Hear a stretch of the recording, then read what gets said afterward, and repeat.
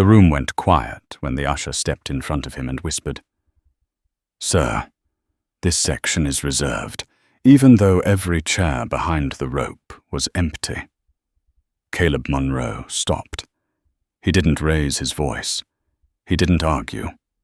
He just looked past the velvet cord at the rows of polished wood and linen, and felt the old, familiar pressure settle behind his eyes, the kind that came when a place decided who belonged before a word was spoken. The wedding was already in motion. Crystal glasses chimed somewhere near the bar.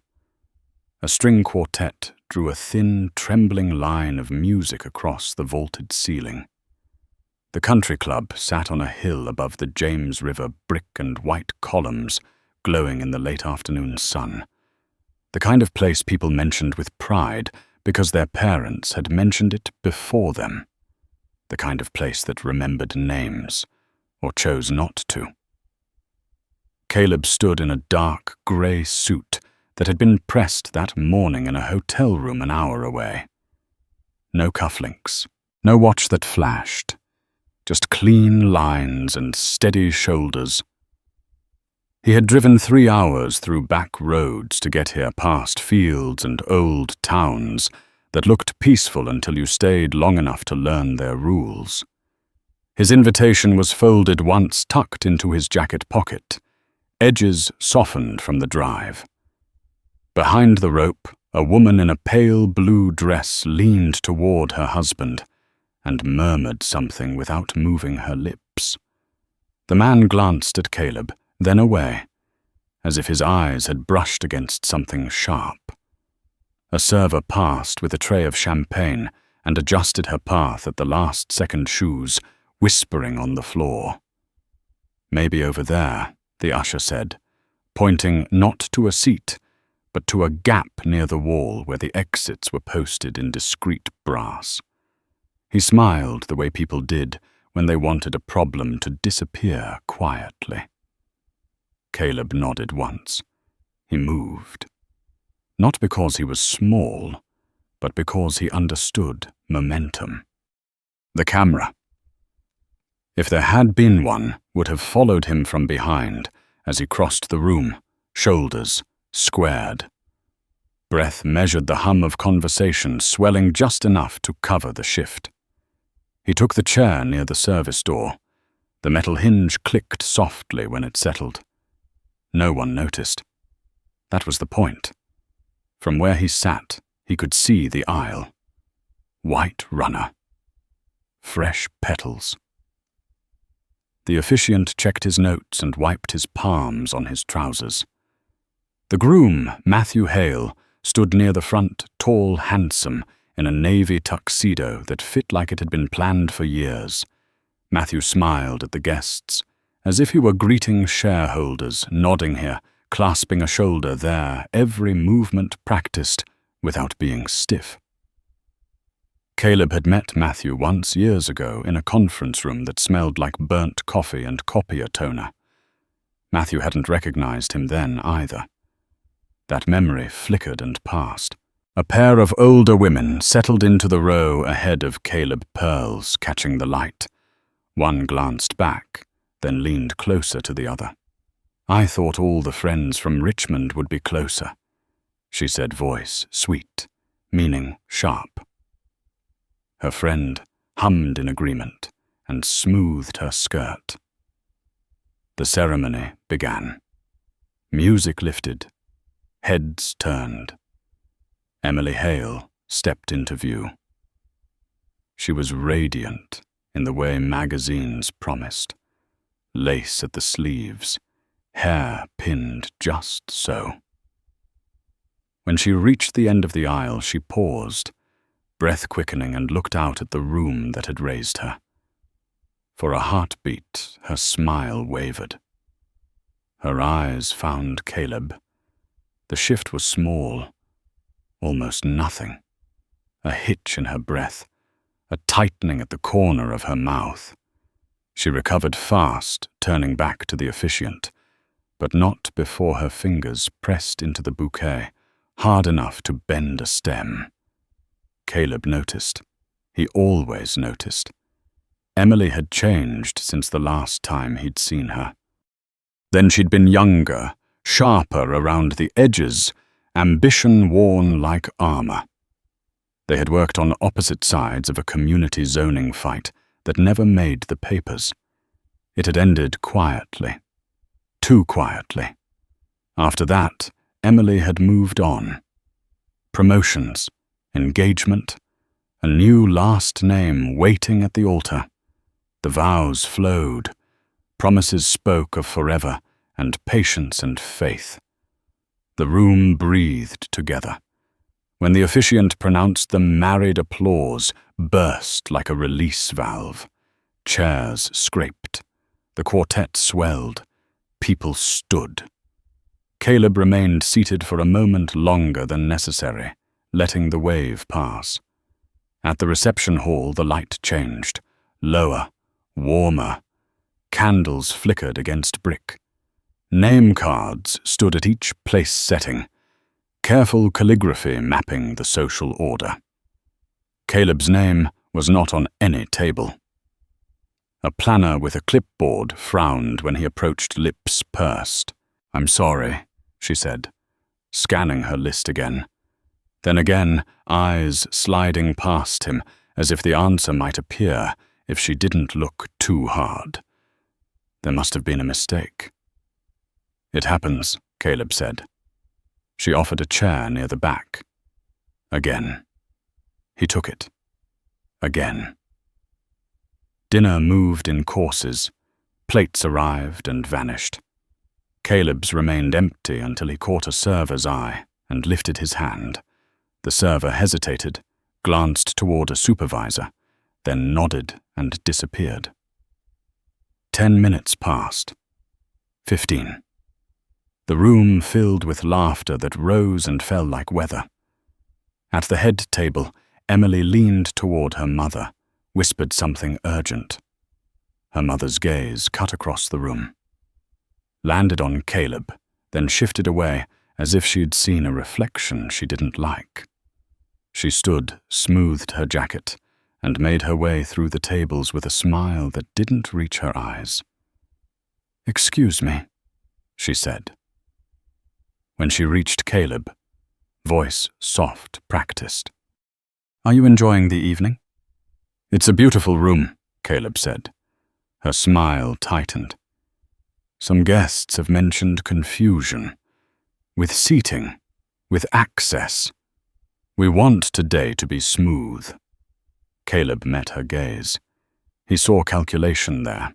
Concern, but not for him. "I'm where I was directed." She nodded, relieved and annoyed at the same time.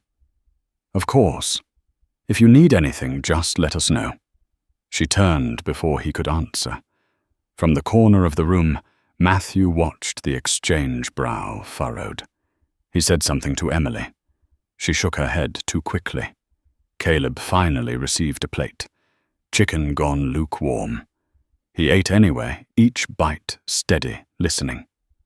The clink of silverware, the low thud of bass from the band warming up. Snippets of conversation drifted like leaves. Property taxes, college funds, old stories polished until they shone.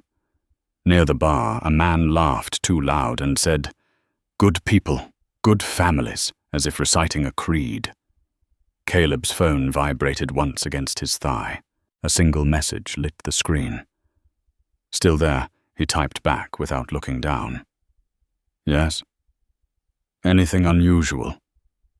He paused, eyes lifting to Emily, who stood now by the cake hands, trembling as she cut. "Plenty," he wrote. "Time will tell." The band struck the first chord of the evening.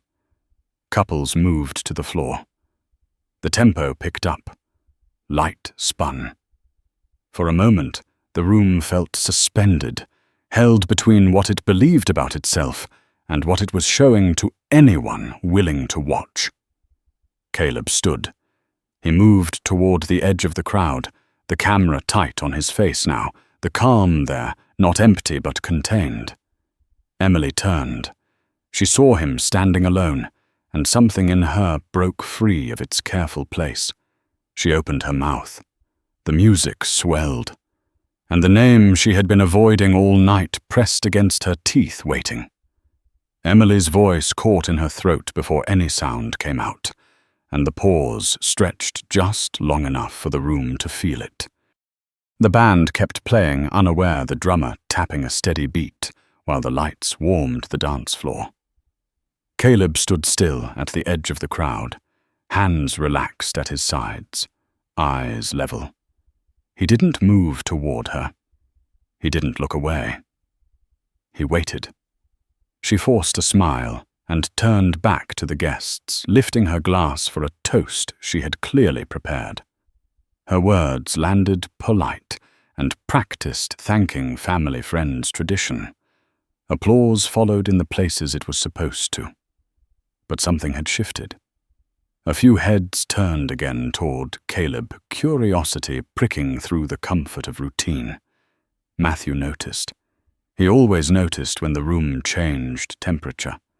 When the music softened, Emily leaned toward Matthew and whispered, "Fast, too fast." He frowned. "Who is he?" he asked, eyes tracking Caleb without staring. She shook her head once, then again, the motion small but frantic. Later she said, "Please." Matthew straightened, jaw tightening. He watched Caleb as if trying to place a memory that refused to cooperate. At the bar, an older man with a ruddy face and a voice that carried said, "Drinks are on the house tonight," and laughter followed loud and easy. The bartender slid glasses across polished wood, skipping one place before correcting himself. "Sorry," he said, not meeting Caleb's eyes. Caleb accepted the drink. The glass was cold. He held it and did not sip. Emily's mother, Margaret, gathered two women near the cake. Their heads formed a tight triangle. Hands gestured low, discreet. Margaret's eyes flicked toward the exits, then back to Caleb. She exhaled through her nose. "We will not have a scene," she said. "Not tonight." One of the women nodded, lips pressed thin, already scanning for help. Matthew moved through the room with the ease of someone used to rooms opening for him. He stopped short of Caleb, leaving just enough space to keep it civil. "I don't think we've met," he said, extending a hand.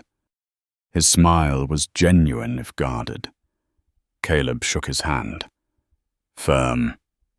Brief. "Caleb." Matthew waited. When nothing else came, he chuckled lightly. "Matthew, I'm glad you could make it." His eyes searched Caleb's face for recognition. Found none? Or something else? Emily seemed surprised. "She does," Caleb said. Matthew laughed again, quieter this time. "Weddings do that." He gestured toward the dance floor.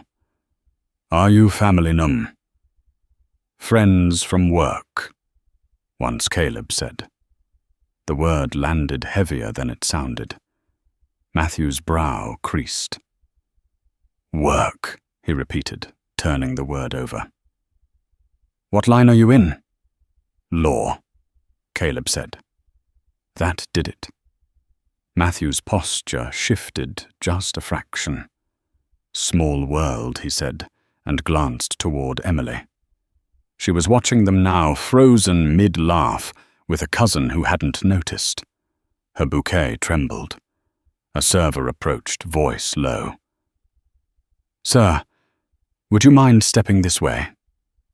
She pointed not to the floor, but to a narrow hall near the restrooms. Matthew turned, surprised. "He's with me," he said. The server hesitated, eyes flicking toward Margaret, then back. "Of course," she murmured, retreating. Caleb met Matthew's eyes. "It's all right," he said. "I can stand where I am." Matthew studied him. Something about the calm didn't fit the room's rhythm. "You sure I'm sure?" The band picked up tempo again. Couples filled the floor. Laughter rose, forced now in places. Emily took a step toward Caleb, then stopped when her mother touched her elbow. Margaret leaned in whisper sharp enough to cut. Emily nodded, jaw clenched. Across the room, a man in a blazer murmured to his partner, "He's not on the seating chart, as if the chart were a law of nature." She replied, "Maybe a vendor without conviction." Their eyes lingered. Caleb's phone vibrated again. He ignored it. He watched Emily watch him. He remembered a conference room years back. Fluorescent lights humming Emily's voice, confident as she argued numbers and timelines, careful never to say the quiet parts out loud. He remembered the file that never moved forward. He remembered the families who waited for a call that never came. Margaret broke away from her circle and approached, smile locked in place. "Caleb," she said, pronouncing his name like a test. "Thank you for coming. It means a great deal to Emily." "Does it?" Caleb said. Her smile didn't falter. "We like to keep things orderly. Tonight is about celebration." She lowered her voice. "Perhaps you would be more comfortable enjoying the evening from the lounge." "It's quieter." "Orderly," Caleb repeated. "Yes, orderly for whom?" Margaret's eyes hardened for half a second. "Everyone." Caleb nodded. "I'm comfortable here," she straightened.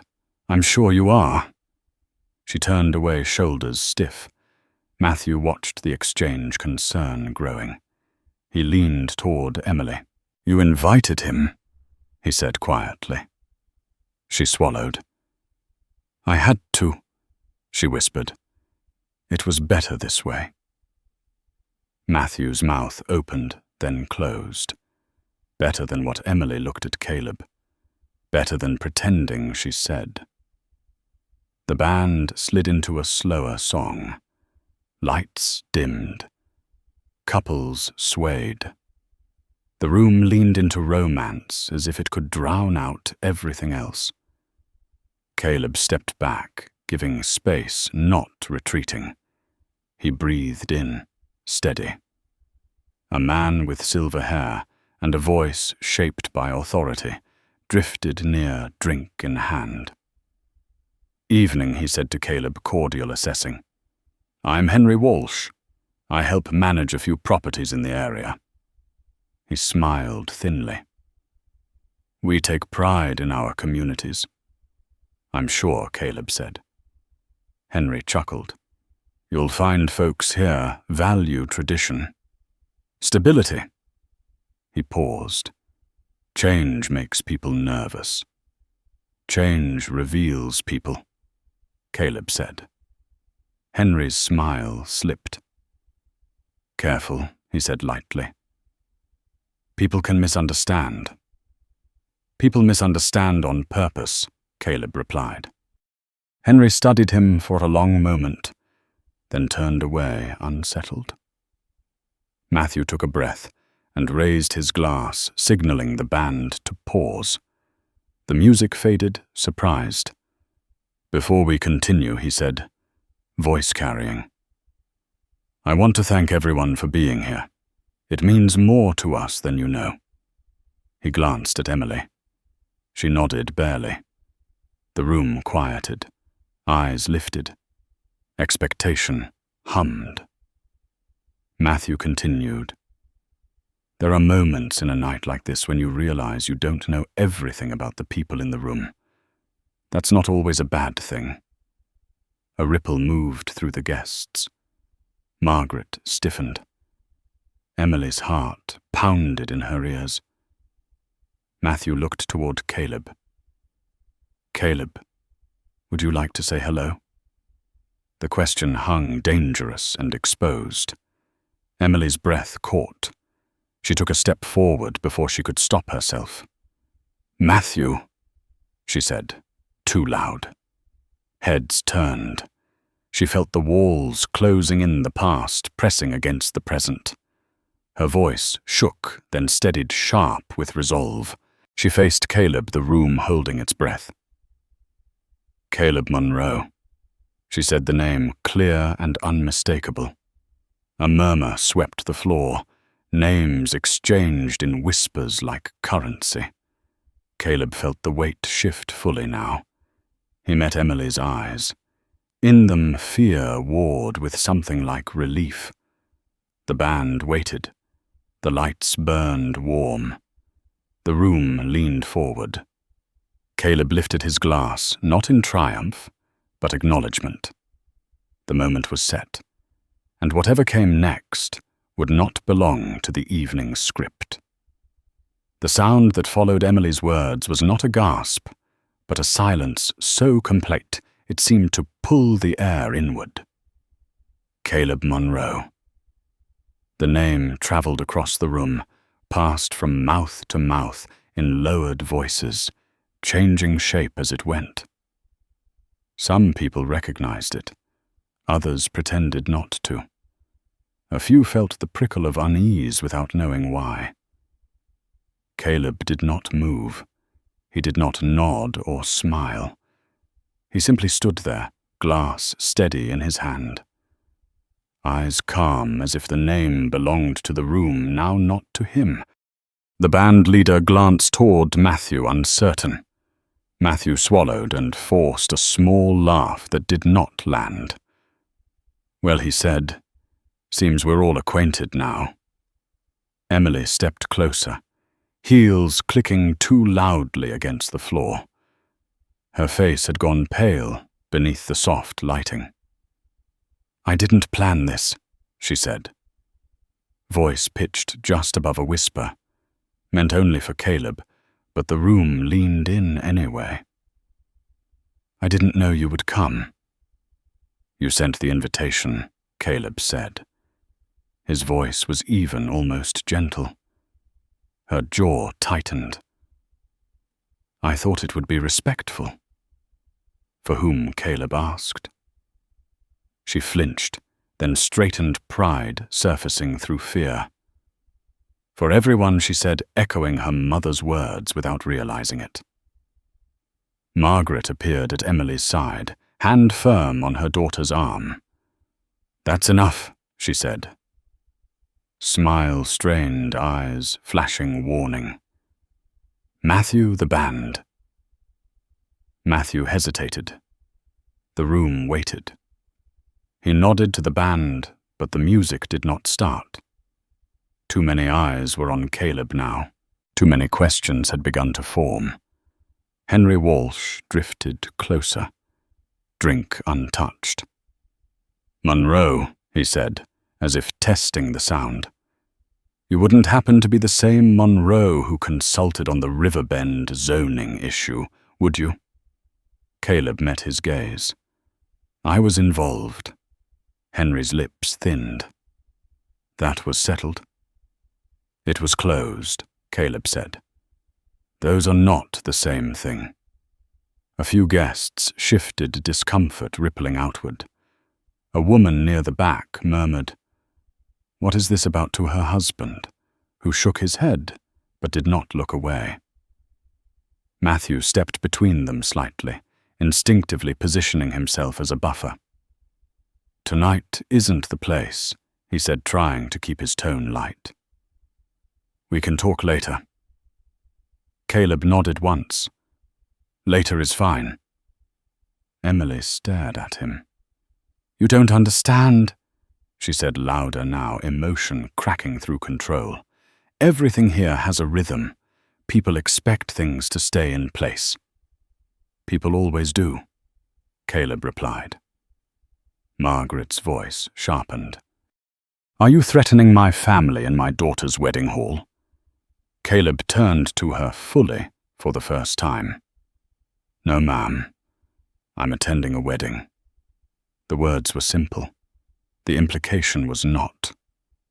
Matthew felt the ground tilt. He looked from Caleb to Emily, then to his mother-in-law. "Someone tell me what's going on," he said quietly. Emily closed her eyes for a brief second.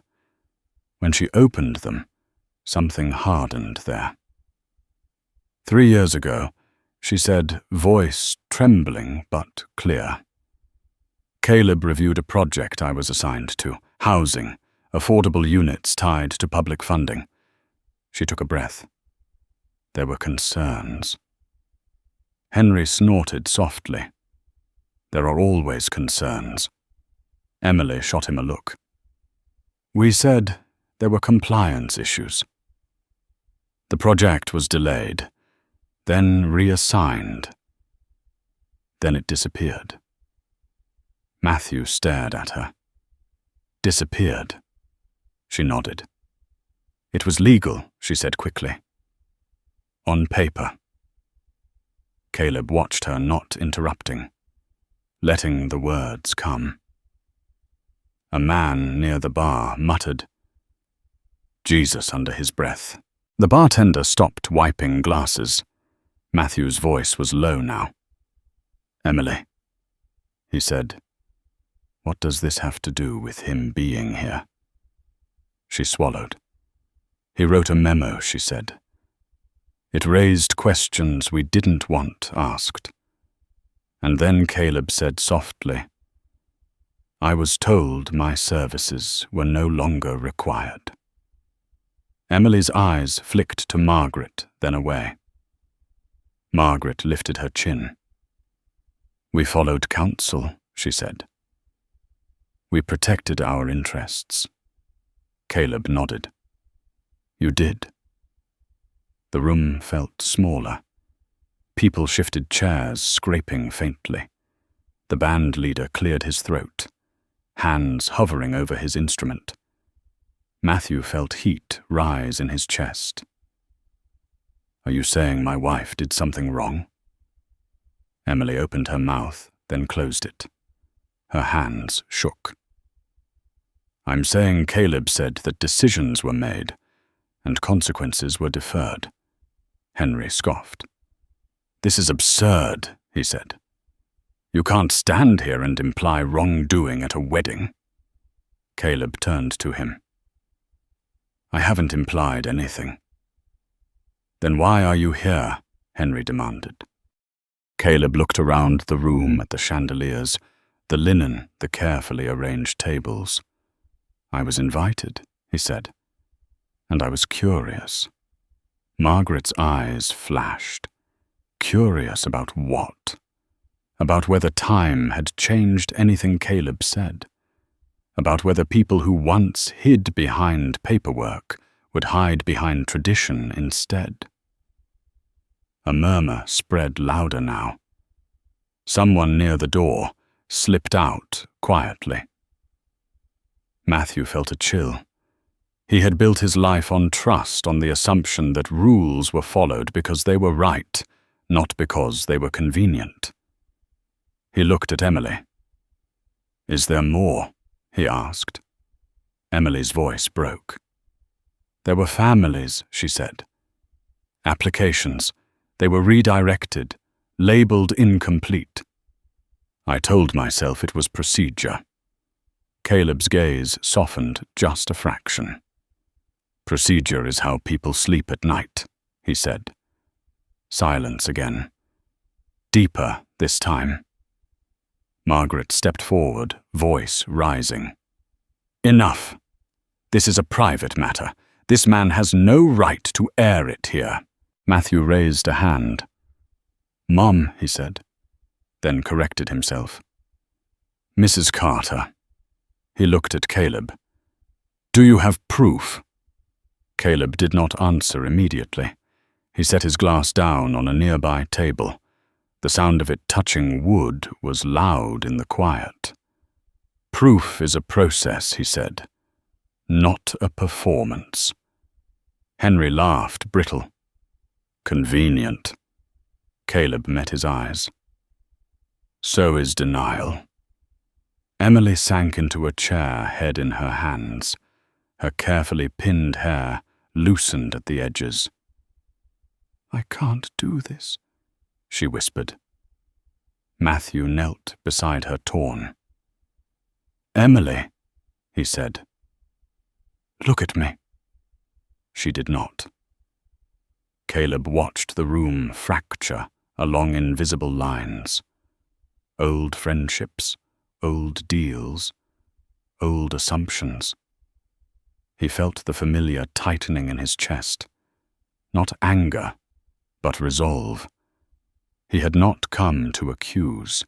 He had come to observe. And the observation was complete. A phone buzzed somewhere, then another. The outside world pressed closer. Margaret straightened, regaining command. "Matthew," she said, "we are ending this conversation. The band will play. People will dance. This will pass." Matthew stood. He looked at the guests, then at Caleb. "It won't," he said quietly. Caleb inclined his head. "Nothing ever does." The band finally began to play notes, shaky at first. Some guests moved back to the floor, grateful for motion. Others remained frozen, watching the three of them, as if witnessing something sacred and dangerous. Emily lifted her head. She looked at Caleb through tears and anger, and something like gratitude. "You didn't have to do this," she said. Caleb met her gaze. "Neither did you," he replied. The music swelled, the night deepened, and beneath the polished surface the first cracks spread slow and unstoppable. The music carried on louder now, trying to stitch the room back together, but the seams were already split. Couples swayed out of habit, smiles, fixed eyes darting. The dance floor filled unevenly, leaving pockets of stillness where people pretended to check their phones or straighten jackets that did not need straightening. Caleb stepped away from the edge of the floor and moved toward the terrace doors. The night air pressed cool against the glass, a darker mirror of the room behind him. As he reached for the handle, a voice stopped him. "Mr. Monroe." He turned. Matthew stood a few feet away. Jacket unbuttoned, tie loosened just enough to signal strain. The groom no longer looked like a host. He looked like a man standing at the edge of a decision. "You don't have to leave," Matthew said. "I wasn't planning to." Caleb replied. Matthew nodded, absorbing that. "Then we should talk." They stepped onto the terrace together. The door slid shut behind them, with a soft click sealing off the music. Outside the river lay dark beyond the hedges, its surface broken by the slow blink of distant lights. A pair of older guests smoked near the railing and fell silent when they noticed the two men, eyes sharp with interest. Margaret watched from inside her silhouette, rigid against the glow. Matthew leaned on the stone balustrade. "I didn't know," he said finally. Caleb did not rush him. "Most people don't. That doesn't make it easier." Matthew exhaled, breath fogging slightly. "You show up, you say just enough, and suddenly my wedding feels like a courtroom." Caleb met his gaze. Courtrooms don't start with verdicts. They start with questions. Matthew looked back through the glass at Emily, who stood with her bridesmaids, shoulders shaking as one of them whispered urgently. "She says it was complicated," he said. "That there were pressures, expectations." "There always are," Caleb said. Matthew straightened. "Are you here to destroy her?" Caleb's answer came without heat. I'm here because I was invited. Everything else is a consequence of what people choose to say and do when they think they're safe. Matthew laughed once sharp. That sounds rehearsed. It's practiced, Caleb said. There's a difference. Inside, Margaret broke away from the group and headed for the terrace with purpose. Her heels clicked like a metronome. She stopped short when she saw Matthew's face. Enough, she said. We've indulged this farce long enough. You, she pointed at Caleb, have made your point. Caleb did not move. I haven't made any point, he said. Emily did. Margaret bristled. My daughter is under enough stress. Whatever this is, it ends now. Matthew turned to her. What exactly ended 3 years ago, Margaret? Her eyes flickered. That is not your concern. It is if it's sitting at our table, Matthew said. Margaret's voice dropped. This family has always handled its affairs privately. Caleb watched her, noting the way her fingers curled inward, nails pressing into her palm. Privacy can protect, he said. It can also conceal. Margaret's eyes snapped to him. You're enjoying this. I'm documenting it, Caleb replied. Matthew frowned. Documenting? Caleb met his eyes. People speak differently when they think nothing matters anymore. Margaret scoffed. You think a few whispered accusations mean anything? Caleb turned toward the river. No, he said. Patterns mean something. Inside, Emily broke free from her circle and came toward the door. Her dress caught briefly on a chair before she reached the terrace, breath-quick, eyes red. Stop, she said. Please. Matthew turned to her. Tell me the truth, he said. All of it. Emily closed her eyes. When she opened them, the composure she had worn all night was gone. I thought if I buried it long enough, it would stay buried, she said. I was wrong. Margaret reached for her. Emily. No, Emily said, pulling back. I need to say this. She looked at Caleb, then back at Matthew. I knew the memo mattered. I knew what it meant, and I signed off anyway. Matthew felt the words land like weight. Why? Because everyone else had, she said. Because I was told it was how things worked. Because I was afraid of losing everything I'd worked for. Caleb spoke quietly. Fear is efficient. Margaret's face hardened. You will not confess anything on my terrace. Emily laughed, a sound edged with despair. It's already done. Inside, guests pressed closer to the glass, pretending not to stare. Phones were no longer subtle. The night hummed with restrained energy. Matthew rubbed his temples. What happens now? He asked. Caleb did not answer immediately. He took in the scene, the river, the lights, the faces reflected in the glass. That depends, he said, on what happens next. Margaret stepped forward. I want you to leave, she said to Caleb. Now! Caleb looked at her, then at Emily, then at Matthew.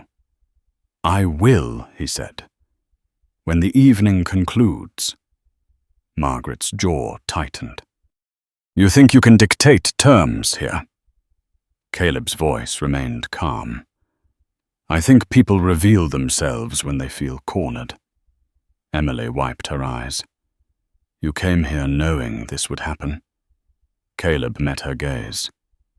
I came here not knowing, he said, and watched it happen. Matthew looked at him, searching. "Who are you?" he asked finally. "Really?" Caleb's expression did not change.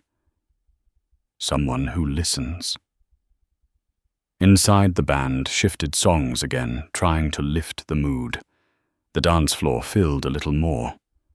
Laughter sounded too loud in places. Margaret straightened her jacket, smoothing it with practiced precision. "We are going back inside," she said. "We will finish this evening with dignity." She turned and walked in. Emily hesitated, then followed, shoulders heavy. Matthew lingered a moment longer with Caleb. "You didn't answer me," Matthew said. "About destroying her." Caleb met his eyes. "People are destroyed by what they refuse to face," he said. "Not by who points it out." Matthew nodded slowly. "If what you're saying is true," he said, "this won't stay here." "No," Caleb agreed. "It never does." They went back inside together. The room swallowed them in light and sound. Conversations resumed, brittle and bright. Emily took her place beside Matthew, hands clasped too tightly. Margaret circulated, smiling with the determination of someone holding a dam against rising water. Caleb returned to the edge of the room where he had begun. The camera would have pulled back now, revealing the whole hall, beautiful and strained, the dance continuing under chandeliers that had seen many nights like this and never learned. Caleb's phone vibrated once more in his pocket. He did not check it. Not yet. He watched the room, the way power shifted, when silence broke, the way truth moved without being named. The night was far from over. The first glass shattered near the bar, not from anger, but from a hand that had started to shake without permission. The sound was sharp, sudden, and it cut through the music like a crack in ice. Conversations stumbled. Someone laughed too loudly to cover it. A server knelt, quickly murmuring apologies, sweeping shards as if tidying up could restore balance. Caleb watched the ripple move. Small disruptions always came before larger ones. He shifted his weight and felt the familiar steadiness return, the one he relied on, when rooms tilted and people looked for someone else to blame. Margaret intercepted a guest near the center tables, her smile bright and brittle. "Just a little excitement," she said. "Weddings bring out emotions." The guest nodded, unconvinced eyes sliding past her toward Caleb. Margaret followed the glance and stiffened. Matthew leaned toward Emily, voice low. "People are talking." "They always do," Emily said, but her voice lacked conviction. Her hands trembled as she reached for water and missed the glass by an inch. Matthew caught it for her. Their fingers brushed. She flinched. Across the room, Henry Walsh had gathered two men near the windows, their heads bent together, shoulders squared, a defensive posture disguised as camaraderie. "This isn't how things are done," Henry muttered. "You don't air grievances like this." One of the men nodded. "If it gets out, it gets messy." Henry's eyes flicked toward Caleb. "It already is." Caleb felt a presence beside him before he saw it. An older woman, silver hair pinned neatly, stood with her hands folded over a clutch. "You know," she said, voice soft but firm. "My husband used to say, order matters more than fairness." Caleb turned to her. "Did it?" he asked. She studied him, then looked away. It mattered to him. "That's not the same thing," Caleb said. She nodded once and moved on. The band shifted into a Faster song drums, pushing forward as if speed could outrun tension. The dance floor filled again, couples moving with exaggerated enthusiasm. Laughter spiked and fell. It sounded practiced now. Matthew excused himself and made his way to Henry's group. "We need to talk," he said. Henry raised an eyebrow. "About what?" "About why my wedding feels like it's balancing on a fault line," Matthew replied. Henry exhaled sharply. "You're letting this get to you." Matthew shook his head. "I'm letting it in." Henry's jaw tightened. "There are things you don't want to know." Matthew's eyes hardened. "That's not your call." Emily watched from across the room, chest tight. She had spent years mastering composure, learning how to speak without saying how to sign, without thinking too hard about what followed. Tonight, the rules had shifted. She saw Caleb stand alone, again unbothered, and felt a surge of anger that surprised her. Not at him, at herself. She crossed the room before she could stop herself. "You don't get to stand there like this doesn't affect you," she said under her breath. Caleb looked at her. "It affects me," he said. "Just not the way you expect." Her eyes flashed. "You enjoy watching people squirm?" "No," he said. "I've watched people pretend too long to enjoy anything." She swallowed. "What do you want?" Caleb considered her. "I want you to finish what you started," he said. She laughed, bitter. "You think I can just undo it?" "I think you can stop lying," Caleb replied. Her shoulders sagged. For a moment, the room blurred. "If I do," she said quietly, "everything falls apart." Caleb's voice was steady. "It already is." Margaret appeared at Emily's side like a reflex. "Step away," she said sharply. "You've done enough." Emily pulled free. "No," she said. "I haven't." Margaret froze. Guests nearby leaned in, drawn by the break in pattern. "We are not doing this here," Margaret hissed. Emily's voice rose, not loud but clear. "Where then?" Silence pooled around them. Even the band faltered, missing a beat before recovering. Matthew returned, eyes sharp. "What's going on?" Emily looked at him, tears streaking through careful makeup. "I can't keep pretending," she said. Margaret's hand trembled. "Emily." Emily stepped back. 3 years ago," she said, voice shaking but strong. "We closed files we shouldn't have. We called it efficiency. We called it policy." She looked around the room. "People trusted us." A murmur rose louder now. Someone whispered, "Is this true?" Henry stepped forward. "This is inappropriate," he said loudly. "These are allegations." Emily met his gaze. "They're facts." Matthew felt the room spin. "Emily," he said, "stop." She shook her head. "I can't." Caleb watched, heart heavy but resolute. This was not his victory. It was hers if she chose it. Margaret's voice cracked. "You are humiliating yourself." Emily laughed through tears. "I humiliated myself a long time ago." The band stopped. Silence fell hard. Phones came out openly now. No one pretended otherwise.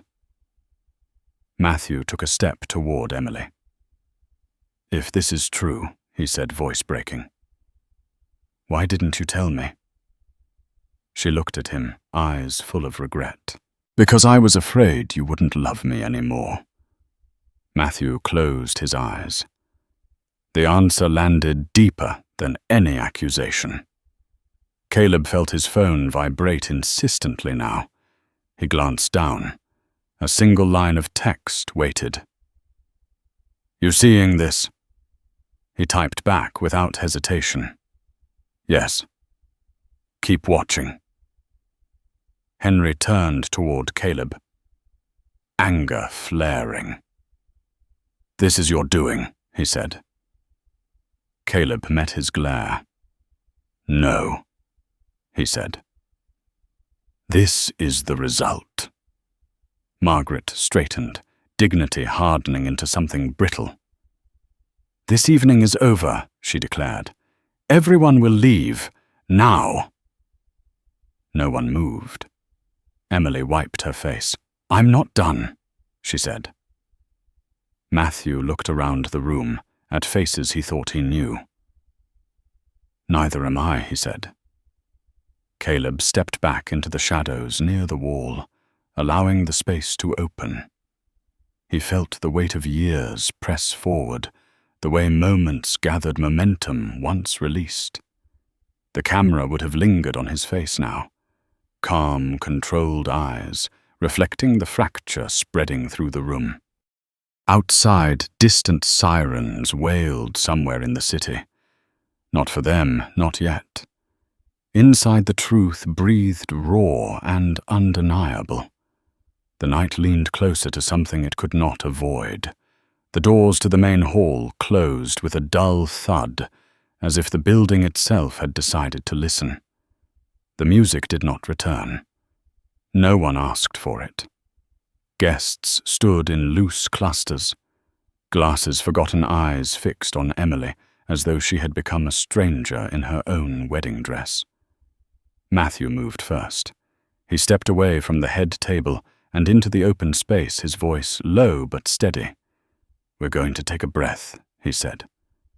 "Everyone, just stay where you are." It wasn't an order, but people obeyed it anyway.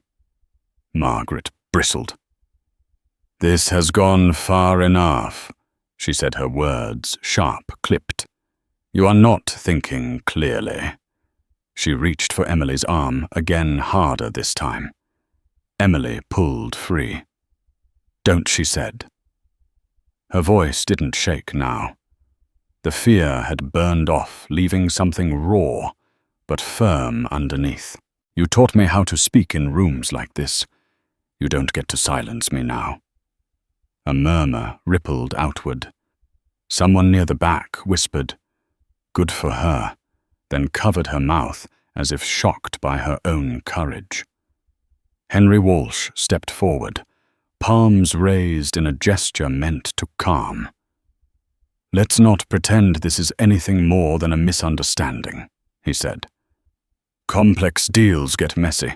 That doesn't mean anyone intended harm." Caleb watched him, noting the way Henry positioned himself between Emily and the exits between confession and consequence. "Intent is rarely the problem," Caleb said quietly. "Impact is." Henry turned sharply. "You again." Caleb met his glare. "Still here." Matthew exhaled. "Emily," he said, "start at the beginning. Not for them. For me." Emily closed her eyes, then opened them. "It started before I met you," she said. "My first year out of law school, I was assigned to housing compliance. On paper, it was about efficiency, streamlining, risk management." She swallowed. "But every file that crossed my desk had a pattern. Same neighborhoods, same families, same quiet rejections." Margaret's voice cut in. You're exaggerating. Emily shook her head. I told myself that. I told myself if I didn't sign, someone else would. I told myself I was protecting my future. Caleb felt the room lean in. This was no longer spectacle. It was confession. Matthew's face tightened. And Caleb, he said. Where did he come in? Emily looked at him. He questioned it, she said. He didn't yell. He didn't accuse. He just kept asking why the same names kept disappearing. Her voice softened. That scared people. Henry scoffed. It scared investors. It scared you, Emily said. Henry's jaw clenched. Caleb felt his phone vibrate again, longer this time. He ignored it. Not yet. Margaret stepped forward, her composure cracking. You are throwing away everything we built, she said. Do you understand that? Emily met her gaze. I built it on lies. A chair scraped loudly as someone stood. Then another. Guests shifted the spell, breaking in small, decisive movements. A man near the windows muttered, We should go. His wife shook her head. No. We should listen. Matthew rubbed his hands together, grounding himself. Caleb, he said, what happens after tonight? Caleb took a breath. This was the moment he had anticipated and dreaded in equal measure. After tonight, he said, people decide what they're willing to stand behind when the room isn't cheering. Henry laughed, hollow. That's not an answer. It's the only honest one, Caleb replied. Margaret's voice rose. You're speaking as if you have authority here. Caleb looked at her, then really looked. Authority doesn't always announce itself, he said. Sometimes it waits. Emily's hands curled into the fabric of her dress. He warned us, she said. All of us. And we ignored him. Matthew's chest tightened. He felt anger surge, not wild but focused. Ignored him how? Emily hesitated. We closed ranks. We called his questions disruptive. We labeled him difficult. She looked at Caleb, eyes shining. We pushed him out. The words settled like dust. Caleb finally checked his phone. The screen glowed softly in his palm. A message from an unknown number. Ready when you are. He typed back with deliberate calm. Not yet. Henry noticed the motion. Who are you texting? He demanded. Caleb slipped the phone back into his pocket. Someone who listens, he said. Margaret laughed sharply. You think this ends with a dramatic exit? Caleb's voice remained even. I think this ends with choices. Emily straightened. I want to cooperate, she said suddenly.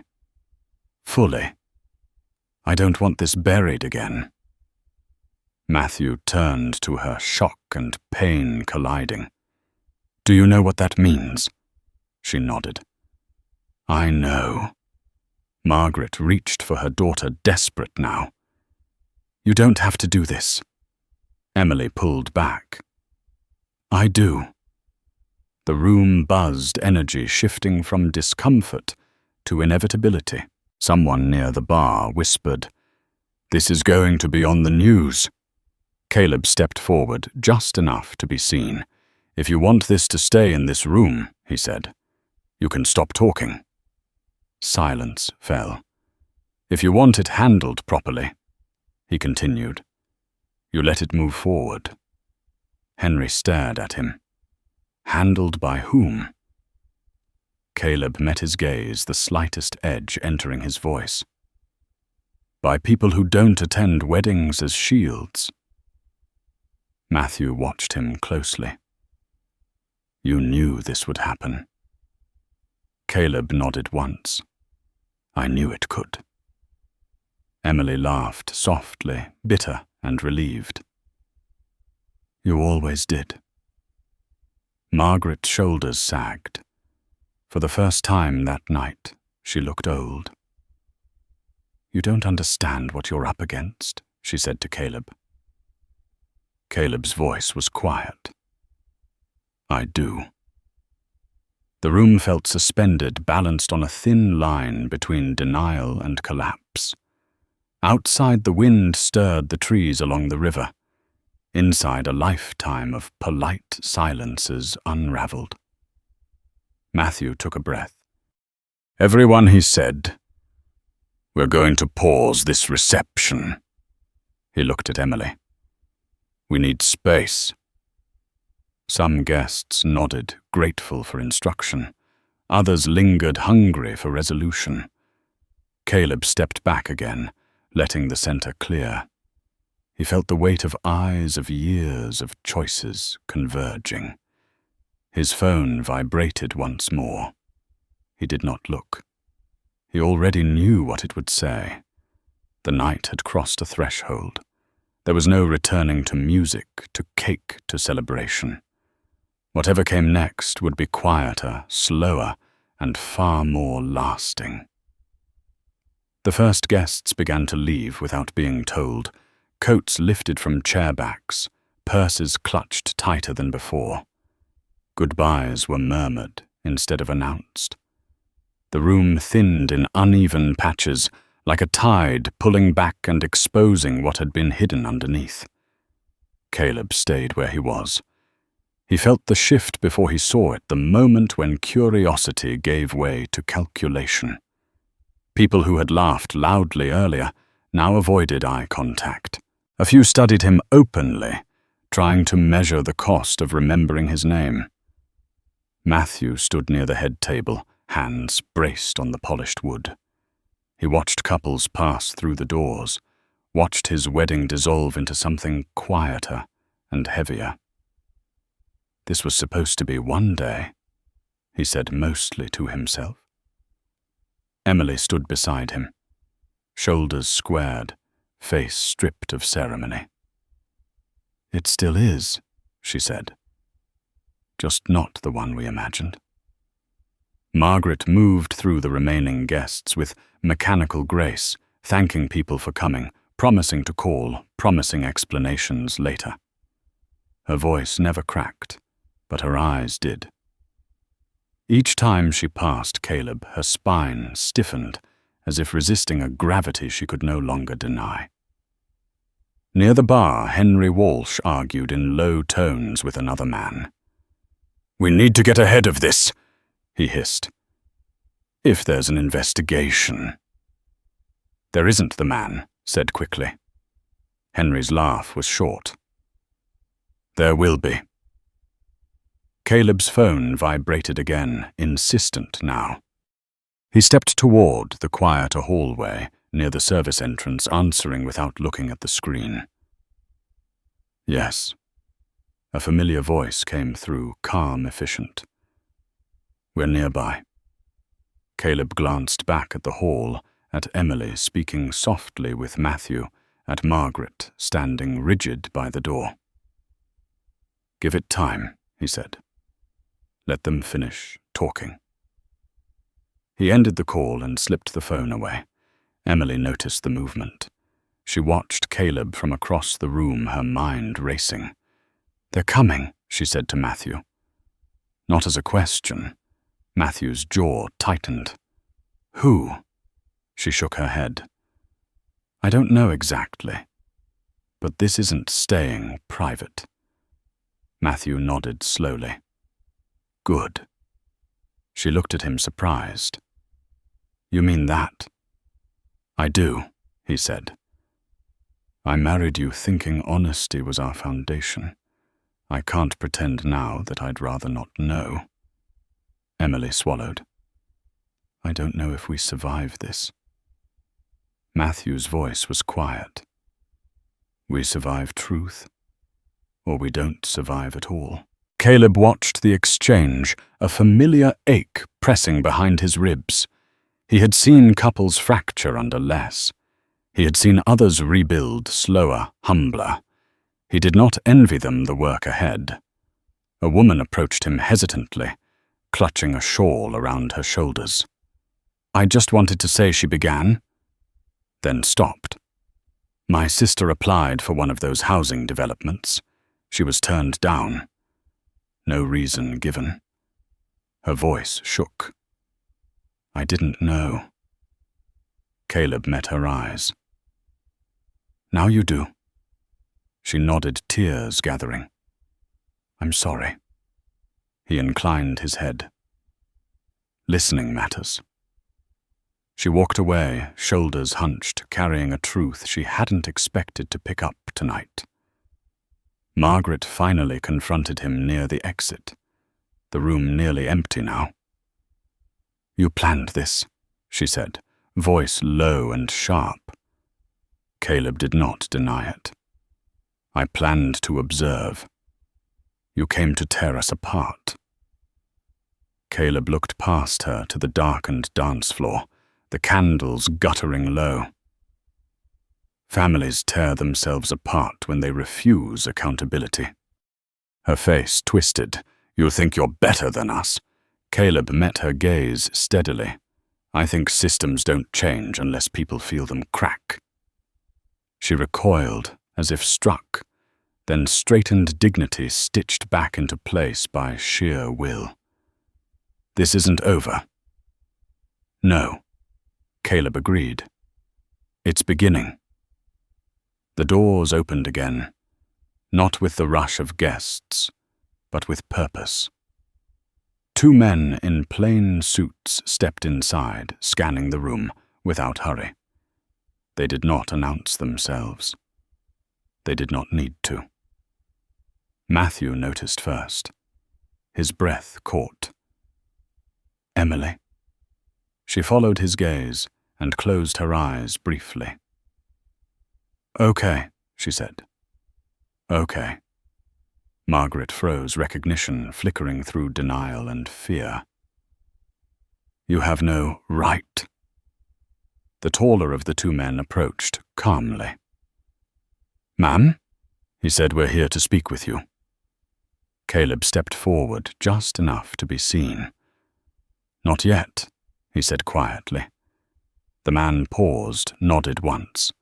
They waited. Matthew stared at Caleb. This is bigger than us, he said.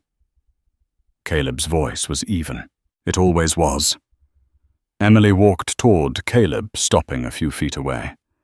I'm going to cooperate, she said. Fully. Caleb nodded. That's your choice. Her voice trembled. I'm scared. So was I. Caleb said. The first time I realized silence was a weapon. Matthew joined her, taking her hand. We'll face it, he said. Whatever it is. The band equipment sat abandoned on the stage cables, coiled like sleeping snakes. The cake stood untouched, icing pristine, a monument to plans undone. Caleb felt the night settle into a different rhythm, slower, but unstoppable. He turned toward the waiting men and nodded. Now. They moved forward not with force, but with inevitability. Questions would follow. Statements, documents, days that blurred into weeks. As the last guests filed out, the hall emptied of pretense. What remained was raw and real and irrevocable. Caleb stepped outside into the cool night air. The river whispered below, indifferent and enduring. He drew a steady breath, feeling the weight lift just enough to remind him why he did this work. Behind him, the doors closed softly. Ahead, the road waited. The night was quiet now, but the consequences were already in motion. The conference room smelled faintly of old wood and burnt coffee, a scent Caleb had learned to associate with decisions that outlived the people who made them. Morning light cut through the tall windows in narrow bands, illuminating dust that drifted and settled without urgency. He sat at the far end of the table jacket, folded neatly beside him, hands resting flat as if anchoring himself to the present. Emily sat across from him. No veil now, hair pulled back hastily, eyes rimmed red, but alert. The night had aged her. Matthew sat beside her shoulders, squared jaw set. The posture of a man who had slept but not rested. Margaret occupied a chair, slightly apart. Spine straight, hands clasped in her lap. Lips pressed thin enough to disappear. The men from the night before stood near the door, no longer observers. One placed a slim recorder on the table and clicked it on. "This is a voluntary statement," he said calmly. "You can stop at any time." Emily nodded. "I won't." Caleb watched her inhale, watched the moment before speech, when fear either takes control or loosens its grip. "I started by reviewing applications," she said. At first it felt administrative. Numbers, addresses. Then I noticed patterns. She paused, swallowing. "I was told not to dig, that my job was to keep things moving." Margaret interjected, voice tight. "You're making it sound intentional." Emily looked at her mother. It was. Matthew's hand tightened around his own fingers. He stared at the grain of the table, the lines, suddenly too vivid. Caleb remained silent. This was not his testimony to lead. It was hers to own. Emily continued, words gathering strength as they fell. "I flagged files. Caleb asked questions, reasonable ones. He didn't accuse anyone. He just wouldn't stop asking." She glanced at Caleb, something like apology flickering across her face. That made people nervous. One of the men near the door nodded slightly, making a note, and then Emily said I was told the project was being reassigned, that my involvement was complete. I signed off. Her voice cracked. I told myself the families would be reconsidered later. "They weren't," Caleb said quietly. Emily closed her eyes. "No." The recorder hummed softly, an indifferent witness. Margaret shifted impatience, edging into fear. "You're letting him frame this," she said. "You're letting him turn you into a scapegoat." Emily looked at her, tired and resolute. "I'm telling the truth." Matthew finally looked up. Who else knew? Emily hesitated, then named names, each one landing heavier than the last. Developers, advisors, board members who preferred not to ask how things were done as long as results stayed clean. The room seemed to shrink with every word. Caleb felt the familiar tightening in his chest, the mix of vindication and grief that came when patterns were confirmed. He had seen it before. The machinery of exclusion rarely needed villains. It ran on convenience. When Emily finished, silence pressed in. The man with the recorder clicked it off. "We'll be in touch," he said, standing. "All of you." Margaret stood abruptly. "You can't expect us to just sit here," she said. "Our family." "Your family will have counsel," the man replied evenly. "This conversation is over." They filed out, leaving the four of them alone. Matthew exhaled slowly. "I keep thinking this is a bad dream," he said. Emily reached for his hand. He let her take it, but his grip remained uncertain. "I'm sorry," she whispered. Caleb gathered his jacket movements precise. "I should go." Matthew looked at him. "You're just walking away." Caleb met his gaze. "No," he said. "I'm stepping aside." Emily stood. "Why now?" "Because this isn't about me," Caleb replied. "It never was." Margaret scoffed. "Easy to say." Caleb turned to her. "Nothing about this is easy." He left the room, the door closing softly behind him. Outside, the day had brightened. The river moved steadily, indifferent to human reckonings. Caleb walked along the path that skirted the water hands in his pockets, breath measured. His phone buzzed. He answered without slowing. "It's done," he said. The voice on the other end was steady. "For now." Caleb stopped near the railing, watching sunlight break on the surface. "It's enough to start." He ended the call and stood there a moment longer, feeling the weight of years shift, not lift, but settle into a shape he could carry. Behind him, footsteps approached. Emily stopped a few feet away. "You didn't have to stay," she said. "I didn't," Caleb replied. "I wanted to." She stared at the water. "I don't know what comes next. Neither do I," he said. "But you won't be alone." She nodded, tears slipping free again. "I don't deserve that." Caleb looked at her. "Deserve has nothing to do with repair." Matthew appeared then, standing a little apart, eyes wary, but open.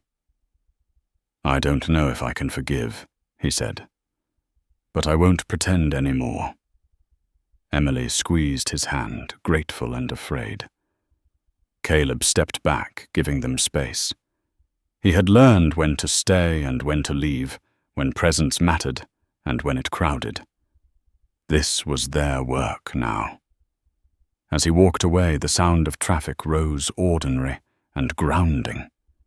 The world moved on, unaware of the small fractures that would widen quietly over time. Caleb did not look back. He had learned that justice rarely arrived with spectacle.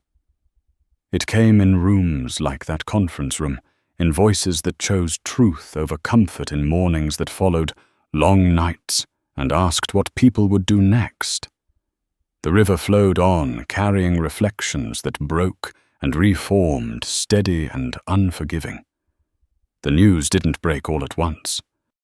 It arrived in fragments, careful and cautious, as if the city itself were deciding how much truth it could hold at a time. A short article appeared online that afternoon, buried beneath headlines about traffic and weather. An investigation, a review of past housing approvals, names not yet mentioned. Caleb read it, standing at his kitchen counter, mug cooling in his hand. He didn't smile. He never did when the first piece surfaced. Early stories were never about justice. They were about containment. His phone rang. He let it go to voicemail. Then it rang again. He answered the third time. "Yes."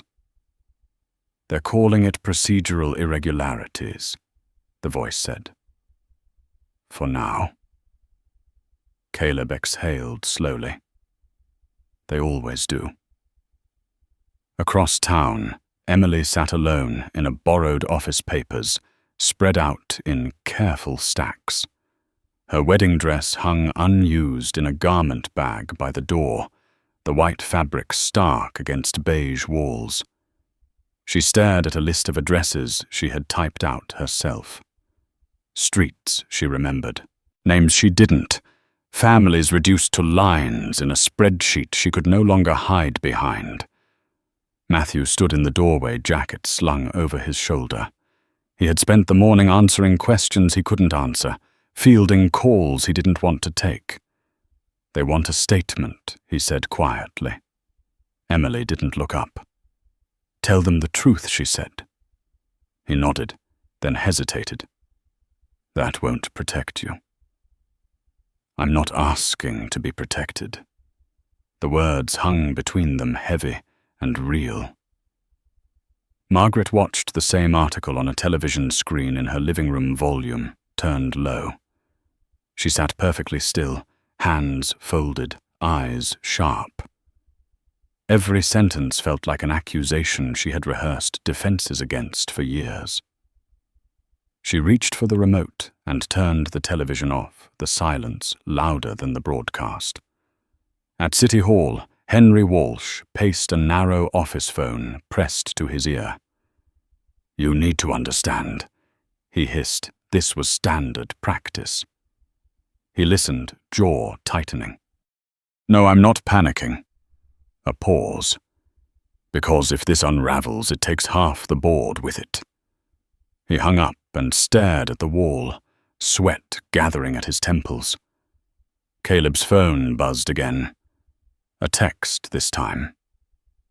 "They're expanding the scope." He typed back. "They always do once they stop pretending." That evening, a longer story aired. Faces blurred, documents unnamed. A former consultant referenced without identification. Caleb watched from his couch lights off the glow of the screen, painting the room in muted blues.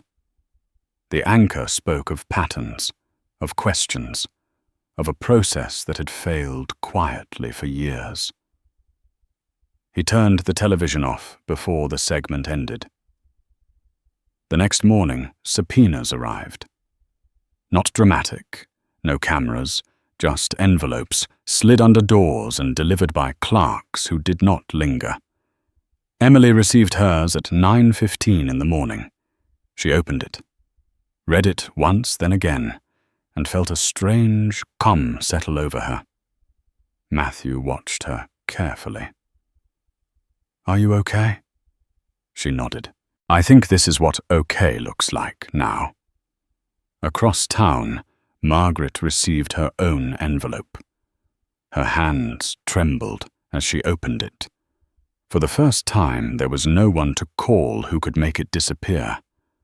At the same hour, Caleb sat in another conference room, this one familiar walls lined with binders and case numbers. He listened as a younger attorney spoke quickly, almost breathless. "They're finding more than we expected," she said. "Emails, side agreements, language that never should have been written down." Caleb closed his eyes briefly. He had learned long ago that people who believed themselves untouchable documented everything. "Keep going," he said. The pressure built. Board members resigned quietly. A press release went out emphasizing cooperation and commitment to review. The word review appeared everywhere like a shield.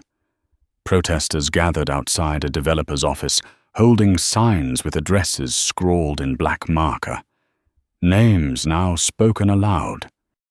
Emily watched the footage online, tears streaking down her face. "I did that," she whispered. Matthew sat beside her silent, absorbing the weight of it. He didn't correct her. He didn't absolve her. He simply stayed. Caleb received an invitation he did not expect, a request to testify before a state oversight committee. He read it twice, then set it down. This was the part he never enjoyed. The performance of accountability. The careful questions designed to limit exposure. The hearing room was smaller than he imagined. Wood-paneled, flags at the corners, microphones adjusted and readjusted. Caleb took his seat and waited, hands folded, gaze steady. Questions came. Calm, polite. Did he believe discrimination was intentional? Did he have evidence of wrongdoing? Was he motivated by personal grievance? Caleb answered each one without raising his voice. He spoke of patterns, of impact, of how systems functioned without malice and still caused harm. The room shifted, not dramatically, incrementally, which was how change always came.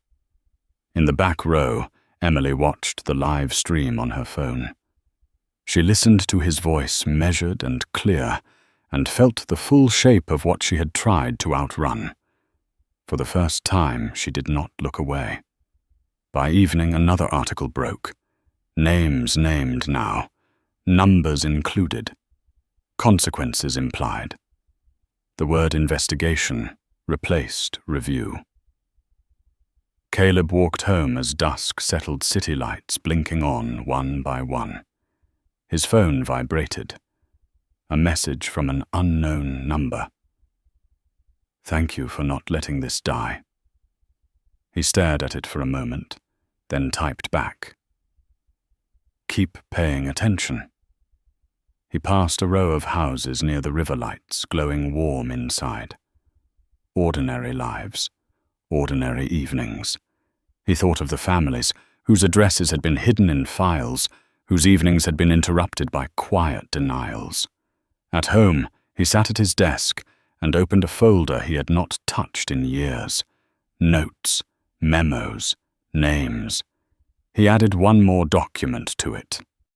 The investigation was no longer his to carry alone, but he would not drop it either. Across the city, Emily stood at the window of her apartment, watching traffic slide past, feeling the future narrow and sharpen into something she could no longer avoid. Matthew stood behind her, close but not touching, both of them staring at what lay ahead.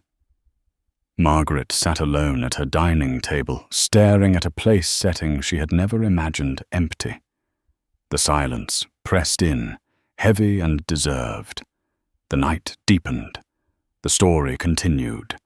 And somewhere between headlines and hearings, the truth settled into place, no longer whispering, no longer hidden, waiting to be answered. The verdict did not arrive with sirens or raised voices. It came on a quiet Thursday afternoon, delivered in measured language by people who had learned to sound neutral, even when history shifted beneath their feet. Caleb read the notice at his desk, the words steady and final, and let the silence stretch after he finished. Outside his window, the city moved as it always had, traffic inching forward, pedestrians pausing at crosswalks, life continuing without ceremony. Emily stood in a courtroom miles away, hands clasped in front of her, listening as accountability was translated into consequences. She did not cry. She had done that already in private in nights that never seemed to end. What she felt now was something harder and clearer, the weight of truth finally resting where it belonged. When it was over, she nodded once, not in acceptance, but in recognition, and turned toward the door without looking back. Matthew waited in the hallway posture, straight face drawn. He did not reach for her hand. He did not turn away. They exchanged a look that carried years of what had been and what would never be again. He stayed until she disappeared down the corridor, then stepped outside into the daylight, breathing as if relearning how. Margaret watched the coverage alone, the sound low, the captions marching across the bottom of the screen. The house felt larger now, rooms echoing with absence. She reached for a glass of water and found her hand trembling. For the first time, there was no call to make, no influence to lean on, no way to reframe the story into something smaller. The truth had expanded beyond her reach. Caleb attended none of it. He did not sit in the gallery or stand for cameras. He walked the long way home that evening, past neighborhoods that had once been lines on a page addresses marked and dismissed. Children played in yards where lights flickered on as dusk settled. He paused at a corner, watching a family unload groceries from a trunk, laughter drifting through the air, ordinary and profound. Weeks passed. The investigation widened, then concluded. Policies were rewritten, boards reshuffled, training mandated. None of it dramatic, all of it necessary. Caleb sat in meetings where language was weighed carefully, where people spoke of lessons learned and paths forward. He listened. He corrected when needed. He left when his presence was no longer required. One morning, a letter arrived without return address. Inside a single page, handwritten careful. A family had moved into a home they had once been denied. A garden had been planted. A child had their own room for the first time. The writer did not ask for anything. They simply wanted him to know. Caleb folded the letter and placed it in a drawer with others like it. He did not count them. He never had. He understood what they represented without tallying. Emily began her days earlier now, routine stripped of ceremony. She volunteered where she could listen more than she spoke, learned the difference between remorse and repair. Some nights were harder than others. Some mornings came easier. She did not expect forgiveness. She worked anyway. Matthew rebuilt quietly. He moved apartments, changed his route to work, let go of plans he had once held too tightly. In time, he found a steadiness that did not depend on certainty, only on honesty. When he thought of that night, he no longer felt anger. He felt clarity. Margaret's world shrank. Invitations stopped. Calls went unanswered. She learned late how fragile reputation could be when it rested on silence. Some afternoons, she sat by the window and watched the street faces passing, without recognition the power she had once wielded, reduced to memory. Caleb stood once more by the river months later, watching the current slide past. The water did not remember the night of the wedding or the words spoken there. It carried everything forward without judgment. He liked that about it. He took out his phone and read a message from a colleague, brief and efficient. Another case, another pattern, another opportunity to listen. He did not hesitate. As the sun dipped lower, casting long shadows across the path, Caleb turned and walked back toward the city, toward work that would never be finished and never be loud. He had learned that justice did not announce itself. It moved through rooms quietly, through people willing to face what they had avoided, through moments when someone chose truth over comfort, even when it cost them everything. That night, the city settled into itself, unaware of the small shifts that would ripple outward for years. A wedding had ended. A system had cracked. Lives had changed in ways that would never make headlines again. And that was enough. If this story stayed with you, take a moment to like and subscribe and leave your thoughts below with these 3 words. Tell your story.